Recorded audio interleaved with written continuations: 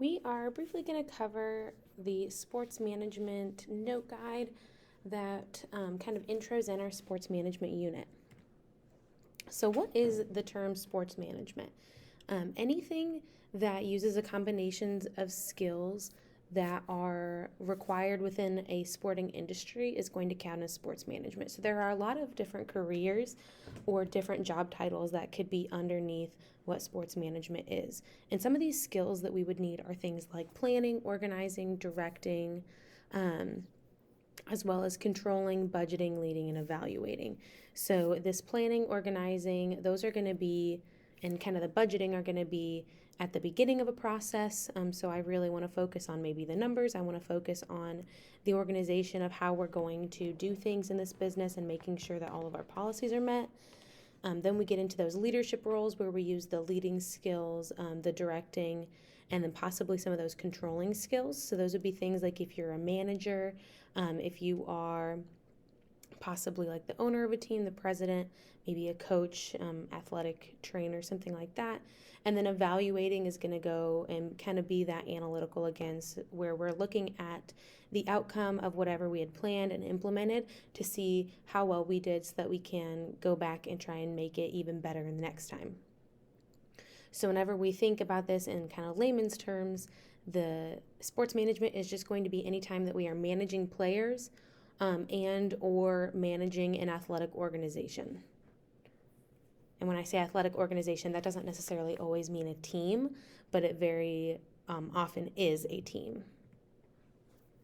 So a sports manager is going to be obligated to, if we're thinking about a sports organization being a team, a sports manager is going to be obligated to the fans because fans are really the shareholders of a team. They're the ones who make a team successful or unsuccessful financially. So they're going to be the ones purchasing our merchandise, purchasing tickets, buying season tickets, and sharing our branding on social media. So we really want to make sure that we are doing our best to keep our fans happy. So the three key aspects of sports management are going to be the marketing. We have seen some of that with this far in sports marketing. So how are we going to play a role in sports management with our marketing skills, financial skills, and then management skills? So the marketing aspect is going to be things like the team branding elements. So what is my logo? What are my colors? What is my mascot? What are those identifiable features for my team? I'm thinking about the marketing mix. So what product or service am I offering them?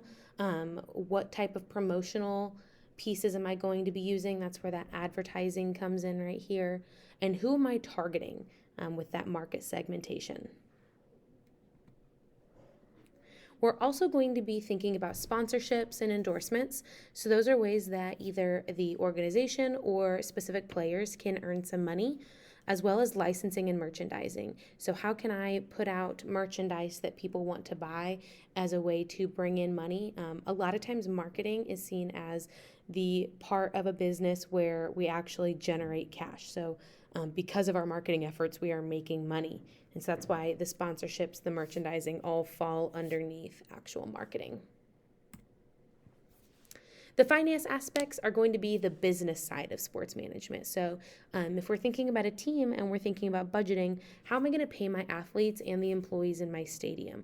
So how am I going to draft players or trade for players with the budget that I have available? If we're in a sport that has a salary cap, how am I going to allocate money and identify which players are worth more to me than others?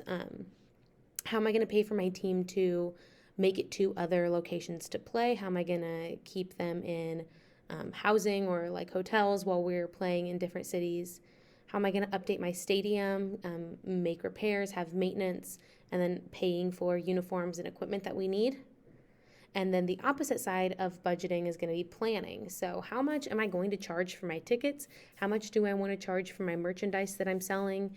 If I sell a certain amount, how much money will I make? So budgeting is kind of thinking about the money that I'm paying out, and the planning for finance is thinking about the money that might come in.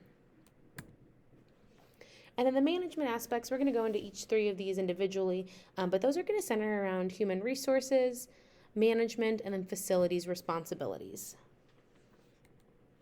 So, human resource responsibilities are going to be thinking about professional teams, hiring and firing athletes. So, what athletes am I going to draft? What kind of contract am I going to put together for them?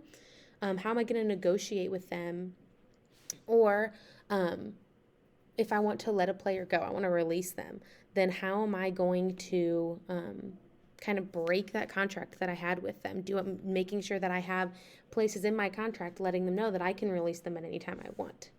And then college teams thinking about recruitment. So we're obviously not paying college athletes in the way that we're paying professional athletes, but how am I going to recruit players? And then how do I create scholarships to the players that I want to come to my school? Usually at a college, a athletic department is going to be given a certain amount of scholarship dollars they can give out, and then the coach and the athletic director are going to decide together how are they going to break up these dollars into as many scholarships as they need. So maybe more valuable players get more money, and I have to be able to negotiate that with them.